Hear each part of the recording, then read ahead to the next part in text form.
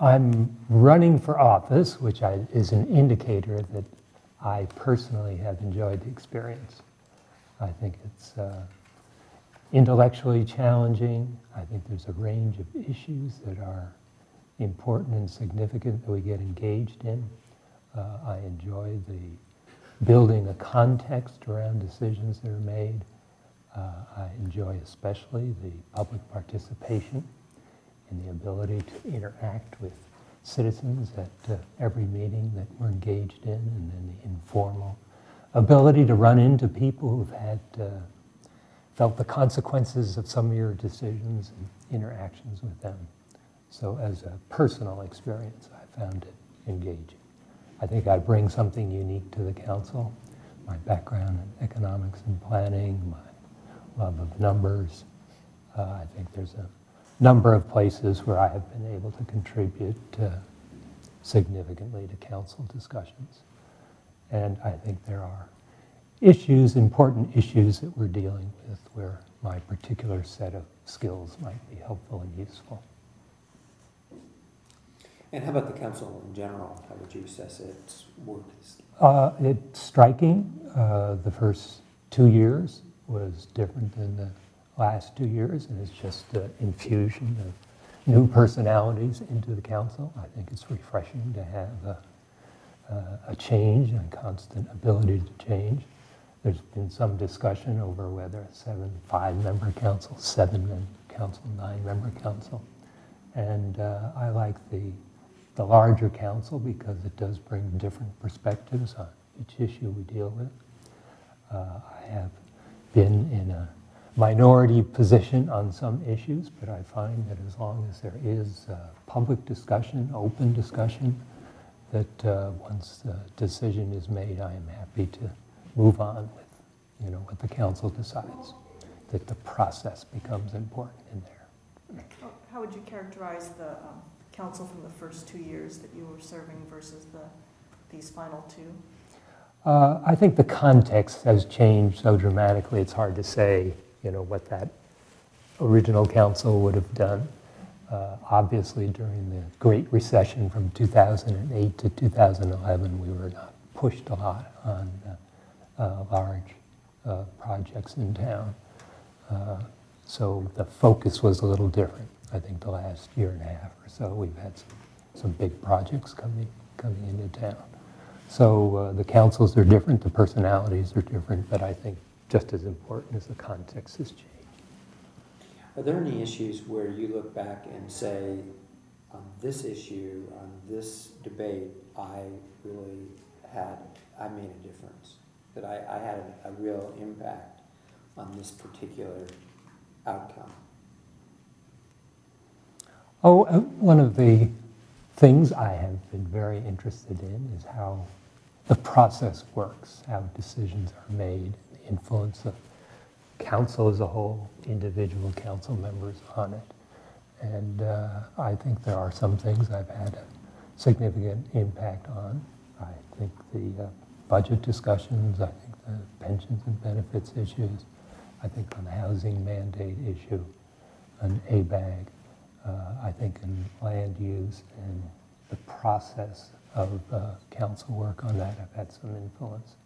So rather than a specific item that came up, I think those underlying contextual things are the ones that I think I've had some significant influence on. So let's talk a little bit about the city's budget and financial situation. The council obviously has taken some steps over the last couple of years to address some of those issues regarding retiree health benefits and pensions. Can you outline for us how much farther we need to go and where you would look to make those additional changes in order to reduce the unfunded liability that we face? I think the biggest issue that is becoming obvious is that our revenue sources, if you look at our tax revenues, virtually 75% of that comes from two areas, property tax and sales tax. and both are regressive on the city. Property tax is limited by Prop 13 and by that footnote that says businesses will be treated differently than residences, which means that our property tax income does not reflect the true property values in town. Our sales tax, sales is a regressive tax. In addition, it doesn't deal with services, and services happen to be the part of the economy that is growing the fastest, especially in Palo Alto. So in our two major tax sources, we have regressive income. And if you look at our expenditures, they are oriented around services. Virtually everything we spend is on services, which is the faster growing part of our economy, and the one that's rising rapidly in price.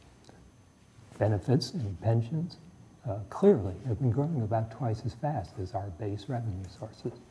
So we're in a dilemma that we cannot afford to have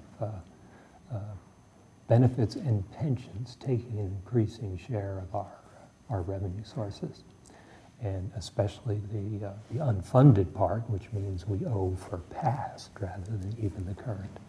So I think we have to confront that issue and deal with the pension and benefit issue, work with our workers and make sure that we can pay competitive wages to our workers, especially younger workers, to attract and keep them in town. So where do you go from here? You've got to negotiate new contracts as they come up with the unions to accomplish what you're describing, and it sounds like what your emphasis would be on compensation rather than increased compensation and reduced employee benefits, and especially retiree benefits? I think there are three key things. First, we need to state what our liabilities are. We have a tendency every time we confront that to pick a higher rate of return on our invested assets than is realistic.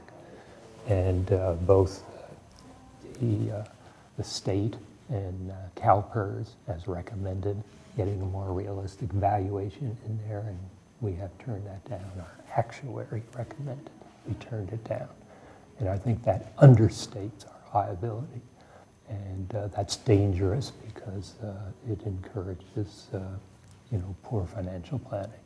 Number two, I think participation is important, as certainly true in the private sector. There is much more employee participation in what they would like to, how they want to participate in future income as opposed to current income. We have very low levels of participation so far, and I think working with the unions to do that. And three, to make sure that all of us, the payers and the workers, are aware of the trade-off between current wages and future benefits. So those are three things that we ought to do and work, and I think we have a session planned in October to have a public discussion of this.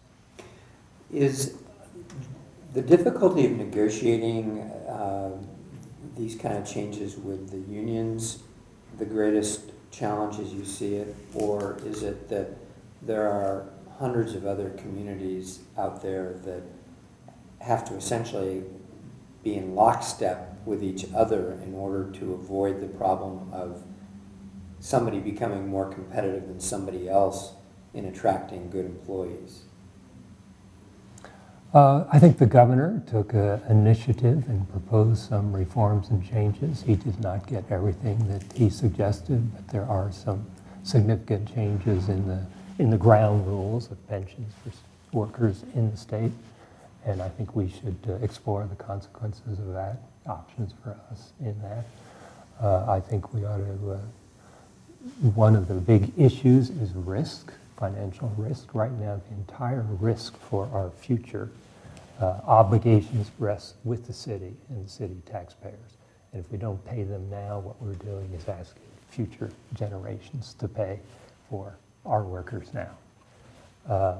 and we are going to get in increasing trouble if we don't deal with this. I think workers have a vested interest in spreading that risk a little bit, and I think it makes sense to work toward a pension plan where that risk is borne not entirely by the city, but is spread out. I mean, one simple step is to get workers involved in the Social Security system. You know, it doesn't make any sense not to have part of their pensions spread across the citizens of the country and the government of the country. So that's a good example of a way to move forward. Is there any hope in your mind of shifting to a defined contribution approach to retirement planning for new employees? Oh, I think as we move to more options for employees, it makes sense for specific employees to say, my retirement is more important than my current income, and I would like to shift more of my earnings toward that and leave that more to individual choice, and a defined contribution would allow that, so that certain employees can say, I want to invest more of my income in that, rather than have everybody in the same system. You know, I think right now there are a number of employees in the city, it might be close to 40% of them, who are paying into the system but not ultimately receiving anything from it. And I think it's important that, you know, we have a fair system. Well, can you actually see a future in Palo Alto where all new employees, at least, were not part of a defined benefit retirement program, a traditional pension? No, I think it makes sense to have a diverse system. Again, I think the governor proposed some interesting ideas of supplementing the defined benefit with defined contribution and a Social Security, and so giving people the option. So I think that makes a lot of sense. Yeah, go ahead. I was going to shift. Yeah, that's fine. Another huge expense for the city right now is the infrastructure repairs. And I'm wondering, both from a funding standpoint and also from an urgency standpoint, what do you feel are the most urgent infrastructure projects that need to be addressed? And how do you think the council's handling it so far? Oh, I think the iBreak report was very helpful in defining and making public the issue. I think there is a consensus on the council that infrastructure is important and working toward it. I think one of the most important issues the council faces, that as we look at major development projects, we think of infrastructure as a part of it. I think streets and sidewalks in the existing buildings and parks have been identified by iBreak as a critical thing. But it's interesting, each of the big development projects that come up, the big issues turn very quickly to parking and traffic. And so I think, you know, iBreak did not do a lot with two pieces of our infrastructure, which are critical, parking and traffic, and we need to make sure that those are included. And the other element that is not part of the city's direct mandate are schools, that they are important for the city in that property tax revenue is our biggest and fastest growing revenue source, that young families are, being able to attract young families is critical to us. So I think when we think infrastructure, we have to be able to take into account our longer term impact on schools. So with new development then, are you thinking that there needs to be some additional funding from developers as they're proposing projects to account for parking impacts in schools, as, for example, the parking with the Lytton Gateway project, compensation there of $2 million. Is that what you're thinking of in terms of making sure the infrastructure is paid for as we go? Well, one of the nice things the iBreak report did was say, let's set up a system of information so we know where we are, what we're short on, what we need, and how we think about longer term investments. I think the parking type of thing is the same type of thing. The city needs to do a comprehensive study on what are the parking ratios that make sense. How can we look at alternative transportation systems that might ease the parking needs? And when developments come in, that we take a serious consideration of how to deal with the increasing impact. These are not new issues, however. I mean, the kinds of things that you're proposing that the city should do to better equip itself to make these decisions are issues that have been around for 20 years at least.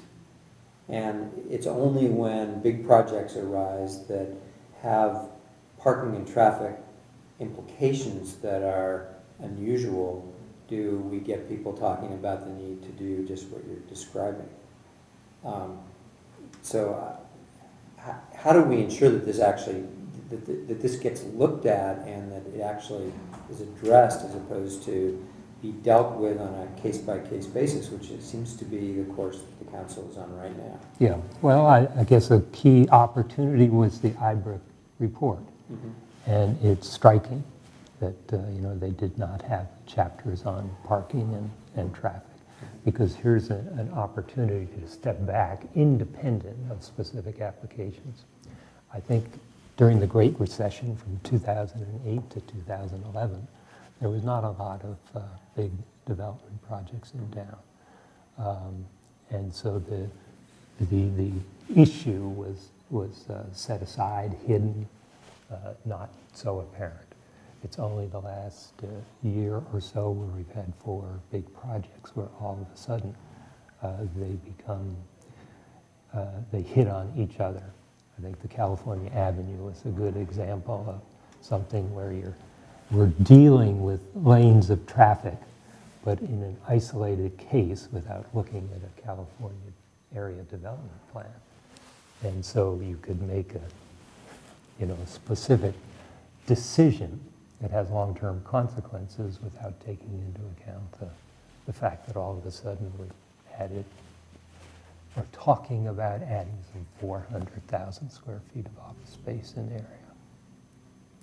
So yeah, I think building that context and using the opportunity of projects like the Gateway project and the 395 to make sure traffic and parking are moved up front. If you notice the discussion the other night at the council on the 27 University, one of the questions was, where's the traffic report? What are the consequences of parking on both sides of Alma and the tracks? So, I think the sensitivity. So let's talk a little bit about those big projects, and especially the fact that all major development now in this town comes to you through PC zone requests. We have yet to see anyone take the initiative on the council to bring about a thorough looking at the PC zone process, the definition of public benefits. Time and time again, this council and prior councils chooses not to try to organize that process into something that provides some consistent measurement of what public benefits are and how they trade off against development rights. And here we are now with 2 massive proposals, one that has an element of benefit to the city in the form of a public safety building, and another that has a theater and a redevelopment of our transportation center there. What is your view of the PC process and how the city needs to reform that process if it does? I think if you look in a broader context, the city is currently going through an update of its comp plan. The comprehensive plan should be a way of dealing with these contextual issues and setting a tone of where we want to be, how we get there, and how PCs, or public benefits, might be considered and taken into account. We went through, you mentioned 2 big development projects, the Lytton Gateway. There was no discussion. The justification for going through the zoning code there was a council decision a year and a half ago to go above the 50-foot height limit. It helps deal with the housing characteristics near transit. That ended up project in the last minute. The housing was dropped from it, and yet we still, went beyond the zoning, well beyond the zoning to add things. We gave a contribution to the parking, and a week later, the same amount of money was taken out of another parking fund for a variation on Casa Olga. So we got nothing from it.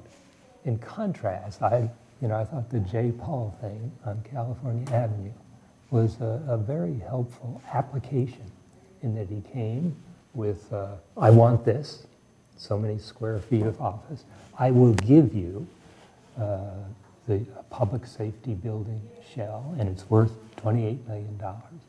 He said, this is a mixed-use area. I will also give you ideas on how to think about using some other spaces for parking, for parks and open space, and for housing. And you can see this as part of the whole. I thought that was, just the type of discussion that the council should take. If we want to have a big commercial development, we ought to think of mixed use, the area as a whole, how things fit in. Didn't have to accept or take what he was doing, but at least you have the elements of trading off. So I think there were two contrasting applications. One, which I thought has started at least a big public discussion, although a lot of the variations were pulled off the table right away. So I'm in favor of process, and I think the council and the staff has the obligation to set the tone and the context for discussions like the J. Paul. And we can either do it with applicants coming in, or we can do it through the comp plan update to say, let's talk about traffic, let's talk about parking, let's talk about mixed use and what we mean by mixed use and what we mean by PC and public benefits. So apply that thinking to the 27 University Avenue concept. It came to us openly for the first time last night, and there were some good things, a very explicit contribution to the city in the theater, some very interesting thinking about the intermodal transit area that expands capacity of that. I think the bridge between Stanford and Palo Alto at that site makes a lot of sense. I think the extension of our downtown in that area makes a lot of sense. But what was missing was a concrete statement about the value to the city of the contribution, of the public benefit. There's a park issue that wasn't addressed. There's the Julia Morgan building, which wasn't addressed, and the parking and traffic impacts were not there. And I think the council stepped back and said, let's look at, make sure you bring us some kind of traffic analysis before we get into decision mode. I haven't seen anybody put the need for a performing arts, a Broadway-style performing arts theater on the top of their infrastructure list. So why would that be persuasive as a trade-off to the kind of development scale that's being proposed there? That's a good point. That is the freedom of the applicant to propose something, something that has a value to the city. I think Theater Road Works for a long time has been split and spread, from town to Mountain View and struggling, and this gives them a home. They've been talking about that for a long time. But yeah, I think it's critical for the council to assess the benefits. I'm an economist, and I start thinking economically, what is that worth to the city? I think the same thing about the park. You know, how do you think about El Camino Park or any parkland, and what is the value to the community? And right now, there is no effective way of answering that question. But it sounds like you're okay with the way the PC process currently works, that a developer takes a shot at trying to figure out in a lot of private conversations with the city staff what's going to resonate and what's going to get the interest of the council in terms of giving a developer more development capacity than they would otherwise be entitled to, and essentially have it be a one-off process every single time with really no basic guidelines or framework. I think the lesson of the Lytton Gateway was coming to the council for a decision with previously negotiated benefits was not an appropriate way to go about that. And I think both the California Avenue, the 395 and the 27 has come back to us early with the discussion of public benefits. So the public can participate and the council has a chance to step back and say, how can we think about these benefits? So I think there's a striking difference between the public discussion on those three parcels. It sounds like the developers in some way driving what benefits they're willing to offer, but do you see any place for the city to be creating some sort of list, a priority list of benefits that the city would like to have, such that the developers could maybe choose from a number of things that have already been decided by the community, by the city officials, as to what would be the most relevant or most needed? I think the closest the city comes to that is the comp plan, and we are, 7 years behind?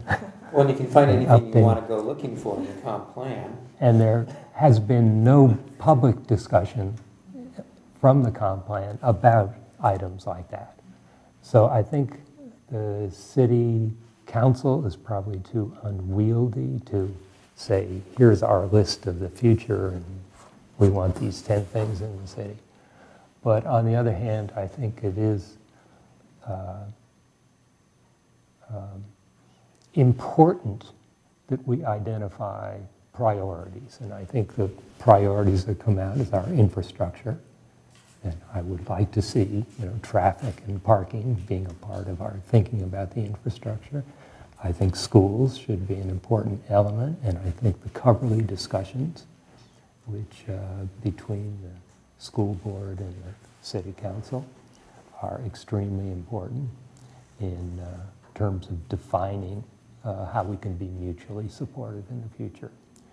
I think we have asked a number of times for the California area plan to come before we get too engaged in this. And we are pushing for some, at least elements. The rail corridor was a little token contribution to discussion. But yeah, there are elements of the comp plan that should come to the council soon and help build that context that applicants should have.